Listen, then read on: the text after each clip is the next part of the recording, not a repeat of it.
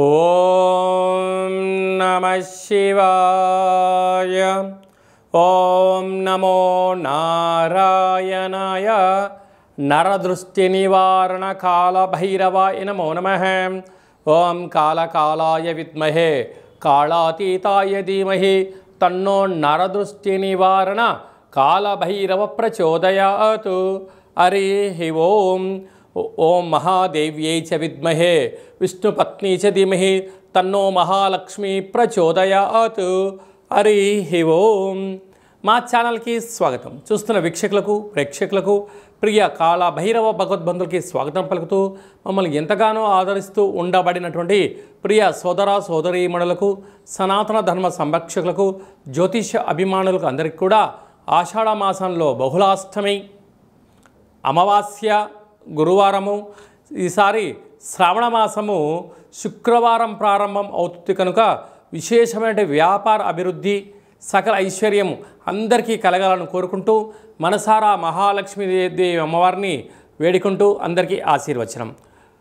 16/7/2025 నుండి 31/7/2025 వరకు పుట్టినటువంటి వారందరికీ కూడా ముందస్తుగా జన్మదిన శుభాకాంక్షలు.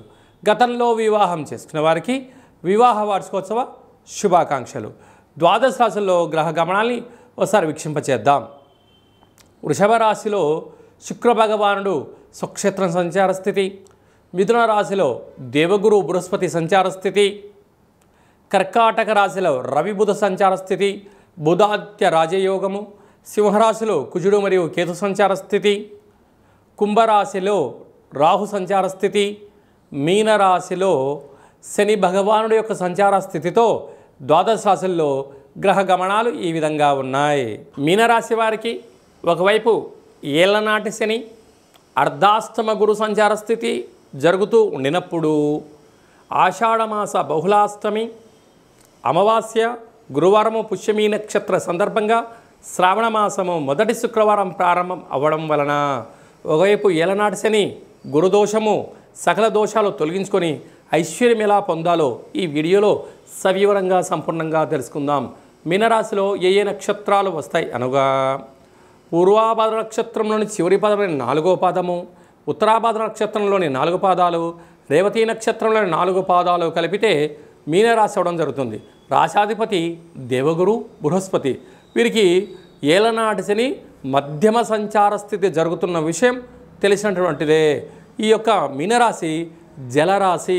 అందులో శని భగవాన్ ఉండడం వలన విదేశాలకు వెళ్ళాలి అని మీ కోరిక మంచిదే, కానీ అక్కడ వాతావరణము పరిస్థితులు ఆర్థిక పరిస్థితులు అన్నీ తెలుసుకొని వెళ్ళగలిగితే విజయం సొంతం అవుతుంది.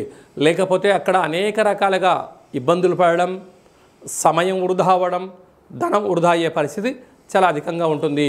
కోపానికి చాలా దూరంగా ఉండగలగాలి. తన కోపమే తన శత్రువు, తన శాంతమే తనకు రక్ష, దయ చుట్టంబు గదరా సుమతి అని ఎట్లా చెప్పుకుంటామో ఇలాంటి కాల సమయంలో క్షమ అనేటువంటి చాలా అవసరం. ఎదుటి వ్యక్తులు ఏదైనా అన్నా ఓకే అని మీరు నెట్టుకుపోగలిగినట్లయితే, ఏ ఎండకు ఆ గొడుగు పట్టగలిగినట్లయితేనే స్థిరాస్తులు చరాస్తులు ఉద్యోగాలు స్థిరంగా ఉంటాయి.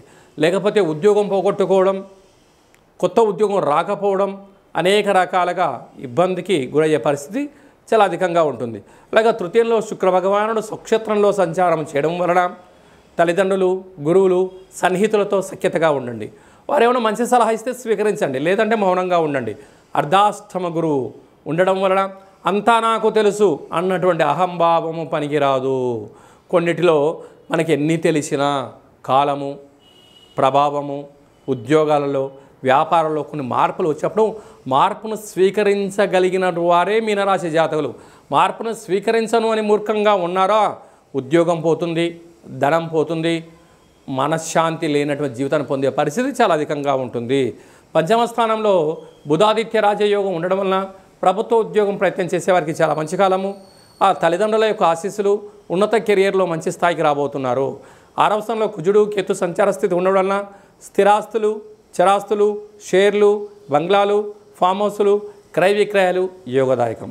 ఇలాంటి కాల సమయంలో తెల్ల జిల్లేడు వృక్షం దగ్గర నారికేల దీపాన్ని, అంటే నారికేలం అంటే కొబ్బరికాయ సగభాగాన్ని చేతింపజేసిన తెల్లటి కొబ్బరి ఉంటుంది.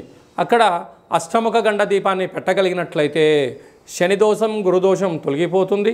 అలాగనే ఇంకొంచెం ఓపిక వెళితే ఆ వేరును తీసుకొచ్చి పసుపు పూసి సింధూరం పూసి ఒక లక్ష్మీ గణపతి హోమాన్ని చేసుకొని ఇంట్లో పెట్టుకున్నట్లయితే సకల దోషాలు తొలగి ఐశ్వర్యం కలిగి సర్వత్రా మీనరాశి వారు ఆనందానికి కేంద్రబిందులు అవుతారు. సాఫ్ట్వేర్ ఉద్యోగస్తులు, హార్డ్వేర్ ఉద్యోగస్తులు, అలాగనే వ్యవసాయ సోదరీమణులు, గృహ భవన నిర్మాణ కార్యక్రమం చేసేవారు కొంత జాగ్రత్త అవసరం అని చెప్పి జ్యోతిర్విజ్ఞానం తెలియచేస్తుంది.